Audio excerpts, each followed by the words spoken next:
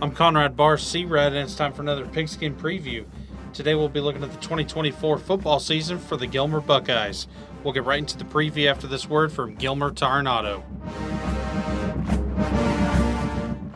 Gilmer Tire and Auto services all automobiles, tractors, trailers, ATV, UTVs, four-wheelers, side-by-sides, and a whole lot more. Owned and operated by Jonathan Sullivan. Gilmer Tire and Auto has brand name new tires, good used tires, and the only place that has 18-wheeler tires. They do realignment, shocks, all fluids, oil changes, and more. They check out GilmerTireandAuto.com. Open Monday through Friday, 8 to 5, Saturday till noon. Located 1221 Highway 271 north of Gilmer. Call 903-797-0142. Gilmer Tire and Auto, our customers always come first. The Gilmer Buckeyes are under the direction of head coach Alan Metzel. They're in District 7-4A Division II, Region 2. They're returning 5 starters on offense and 6 starters on defense. Last year they went 13-3 overall, 4-1 in district, and they were 4A Division II state champions. I had the chance to sit down with head coach Alan Metzel. Here's my interview with the coach. All right, we got Gilmer High School head football coach and athletic director Alan Metzel. Coach Metzel, thank you so much for taking time out of your busy summer schedule to meet with the radio station for your first ever KMOO Pigskin preview in Gilmer High School history. So we're excited to get you guys involved in KMOO coverage this year and covering your high school athletics and, of course, your football season. So excited to have you guys here and look forward to our visit here. Yes, sir. Absolutely. Well, to get started, obviously, tell us a little bit about your coaching background, maybe some previous stops you may have had, some people you may have worked under, things like that, to kind of get your coaching philosophy, things like that. And then tell us also what got you into high school athletics and what brought you to Gilmer. Okay, so I'll start. I went to high school at Harmony, just up the road. Ended up going to college in Florida. Our family moved there, so Jacksonville, Florida. Mm-hmm. When I graduated, Jed Whitaker was the head coach at Harmony who I'd played for. Mm-hmm. And so he called and offered me a job. That's brought me back to East Texas. I coached there for the first 6 years of my coaching career. Sure. From there, I went to Union Grove, just outside of Gladewater. Mike Maddox was the head coach there. Sure. Worked for him for 3 years. Then from there to Jeff hired me here at Gilmer. I was here at Gilmer 2001, 2, and 3. At that point, Tim Russell had taken the head job at Pine Tree over in Longview. Sure. And he hired me as his assistant head coach. I went over there for a year and a half, had 2 football seasons there. And then Jeff hired me back in the spring of 06, and I've been here ever since. So just been at Gilmer all those years. And then, of course, Jeff left in the spring of 15. Matt Turner became the head coach. I moved up as the OC with him, and then he retired in the end of early 2020, and I took over as head coach and have been the head coach. This will be my 5th year. So what got me into coaching, Jed Whitaker, amazing person, I connected with him. His first year of coaching, I was an 8th grader.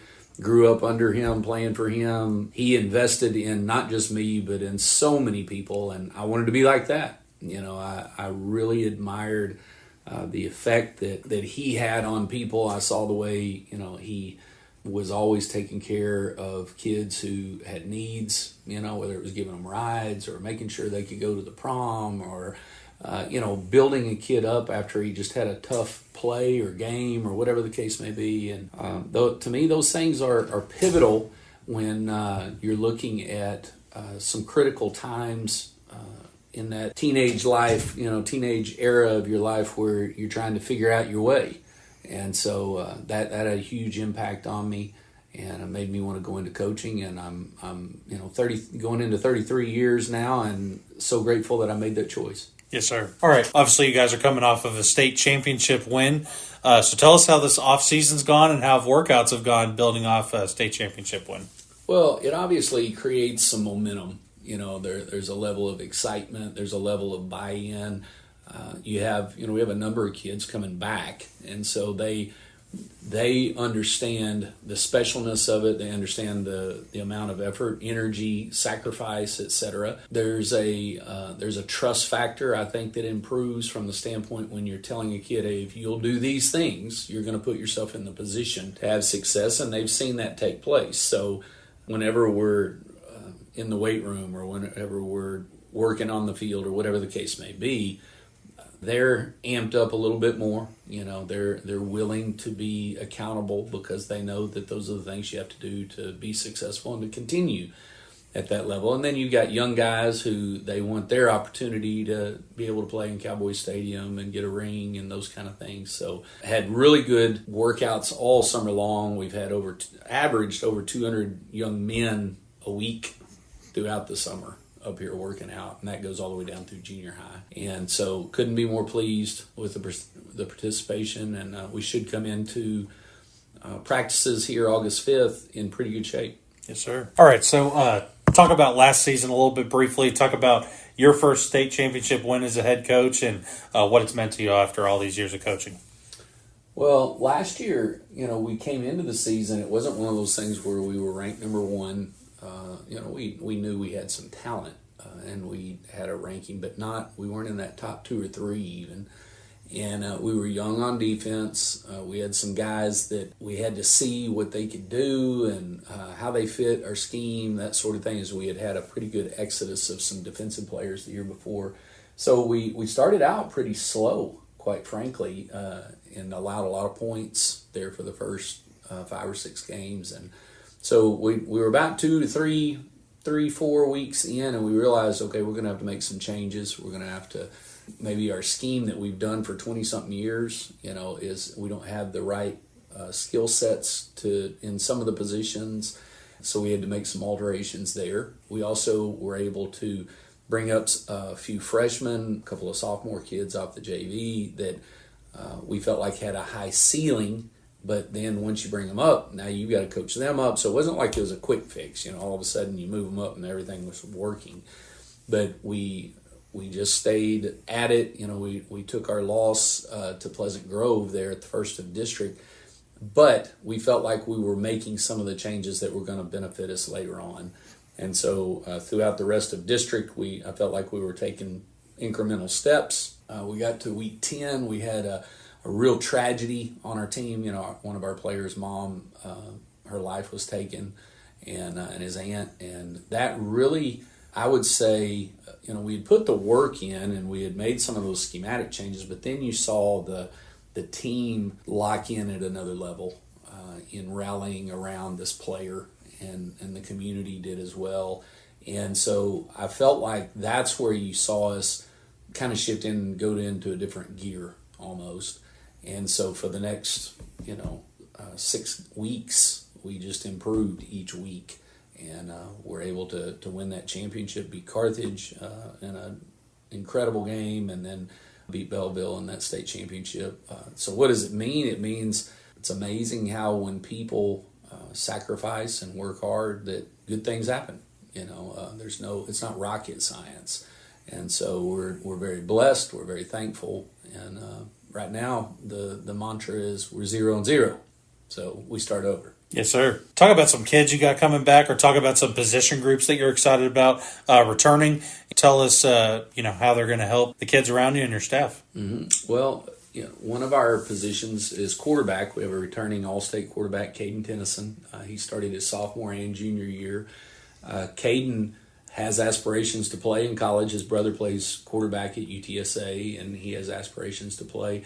He thinks potentially he may play, his goal may be to play on defense, and we haven't had the opportunity to play him there much at this point. And so this year I think we're going to be able to get him over there more and let him play. He'll probably get to utilize more of his talents.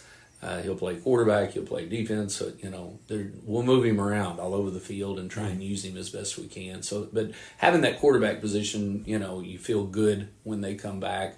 Our receiving group has got a handful of guys. Jeremiah Noble was a returning starter from last year. Brendan Webb. Brendan's got a handful of offers from a number of schools. Really expecting a huge year from him. Micah Easley Didn't start at receiver last year. He did on defense, but he really came on and was a big key to us winning state and track. Was on all three of the relays that did very well at the state track meet. So yes, sir. Expect him to do really well. Our offensive line, pretty big. We feel like we've got some size that is going to really help us. Lucas Keno he returns as a 4-year starter. Got several other guys that have gotten game experience, that we'll look to lean on. Trill Butler is a running back, and Day Jimerson, both of those guys will be seniors. Trill was also on those relays in Austin, so he's got some quickness. Switching over to the defense, where we actually have lost 7 of our offensive guys to graduation this year, but those guys I mentioned should be able to fill in. Sure.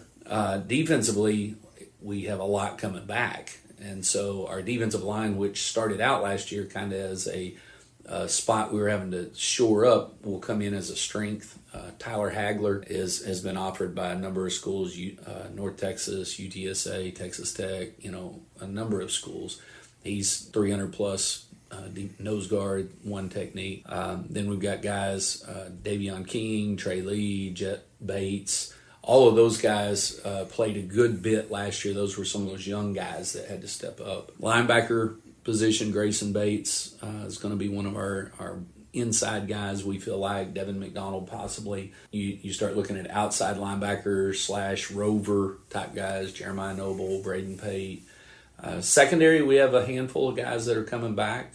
Brendan Webb that I mentioned on offense, he starts. Micah Easley, Amari Morton, Day Jimerson. Those guys all have a chance to be pretty solid and have good team speed. So that's encouraging.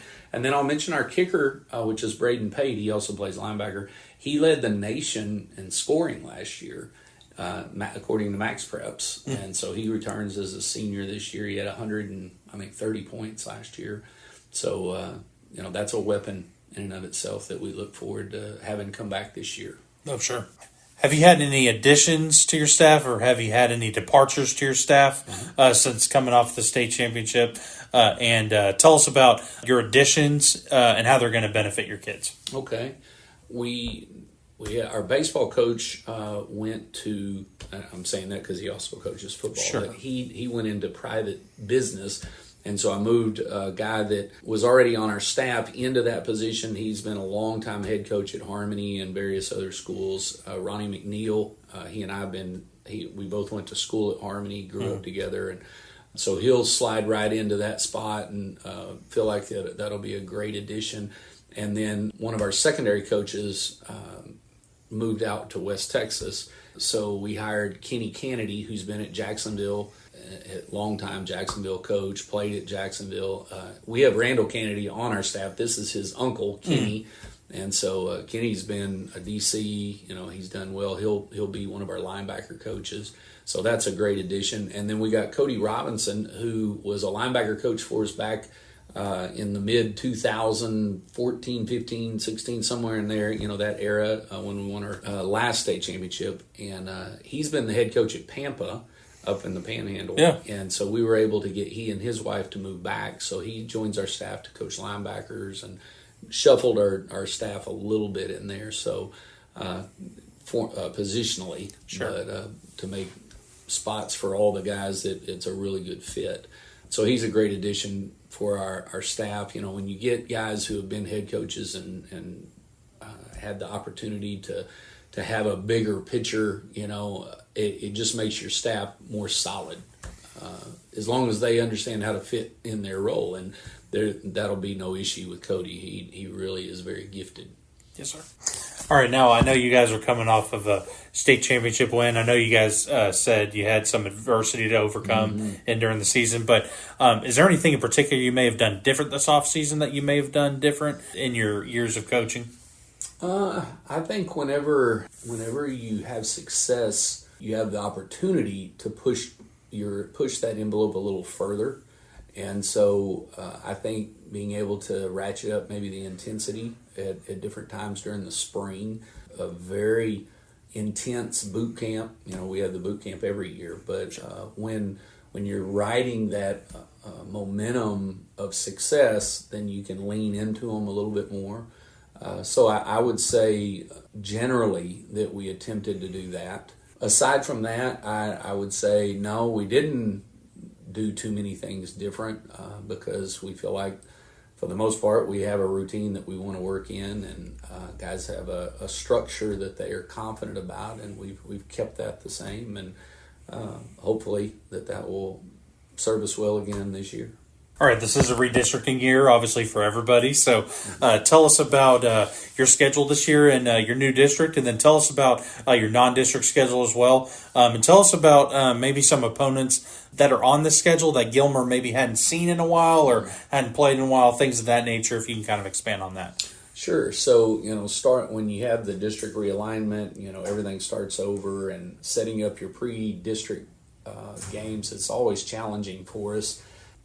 For us, we end up playing Murderer's Row, coming out of the gate. And last year, we were 0-2 and then 3-3 and, that sort of thing. However, I don't see that as a negative as long as your guys will hang in there. Sometimes the social media world, they tend to panic and everybody thinks that the world's going to end and so forth. But if there's a method to the madness and you're not... You could schedule people that would be easy wins and not be getting better. So the whole obviously I want to win them, but I think it's more important to schedule quality opponents that are going to get us to where we need to be. You hope week 16. So and I think that played out last year. But here again, we're playing Pine Tree, which is a 4A Division I. We're playing most all our games are up, or they all are.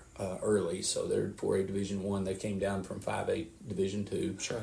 They're a solid group. Coach Kerry Lane, who's on our staff, was the head coach there a few years ago. His staff is essentially still there, and Coach Bachman was his offensive coordinator. He's the head coach and so forth. So got a lot of connections to those guys.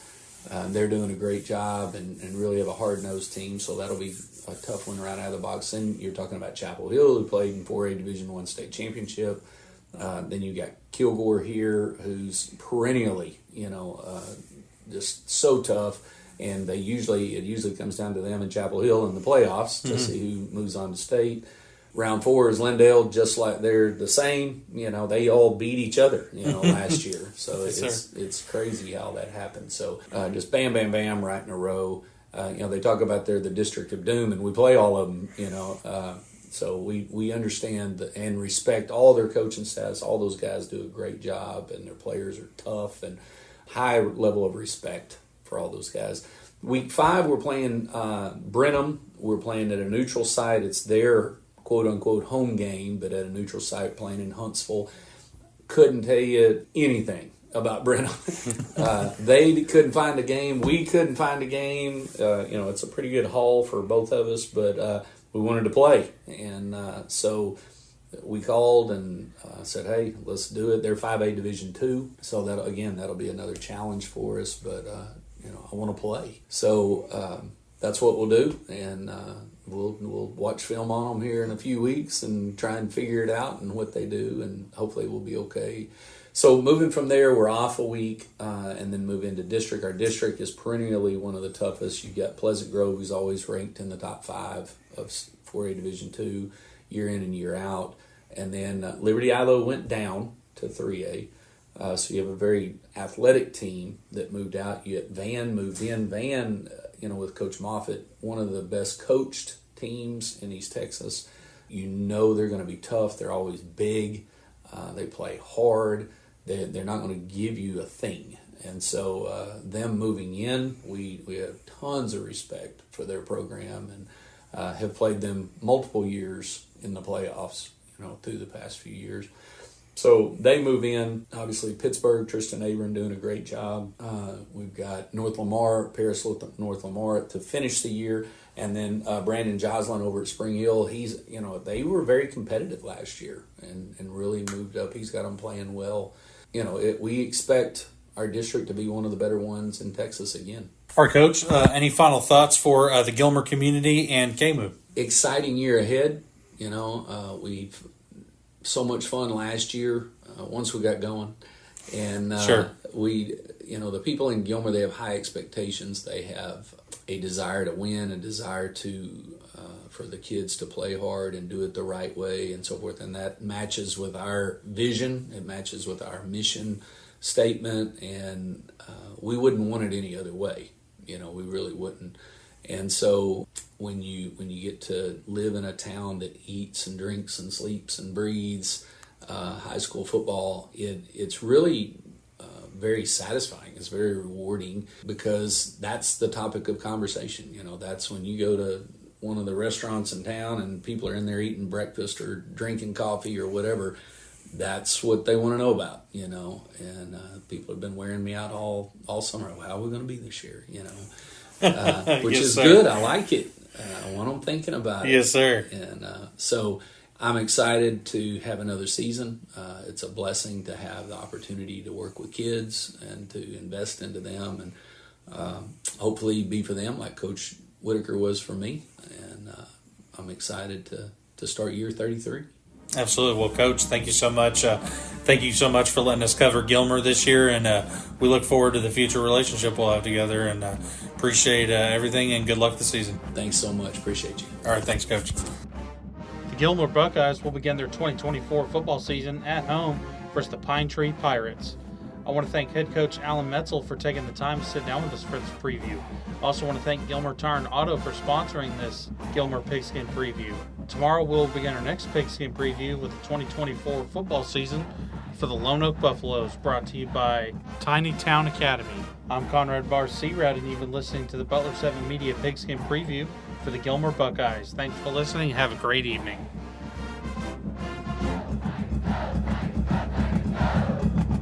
Gilmer Tire and Auto services all automobiles, tractors, trailers, ATV, UTVs, four-wheelers, side-by-sides, and a whole lot more. Owned and operated by Jonathan Sullivan, Gilmer Tire and Auto has brand name new tires, good used tires, and the only place that has 18-wheeler tires. They do realignment, shocks, all fluids, oil changes, and more. They check out GilmerTireandAuto.com. Open Monday through Friday, 8 to 5, Saturday till noon. Located 1221 Highway 271 north of Gilmer. Call 903-797-0142. Gilmer Tire and Auto, our customers always come first.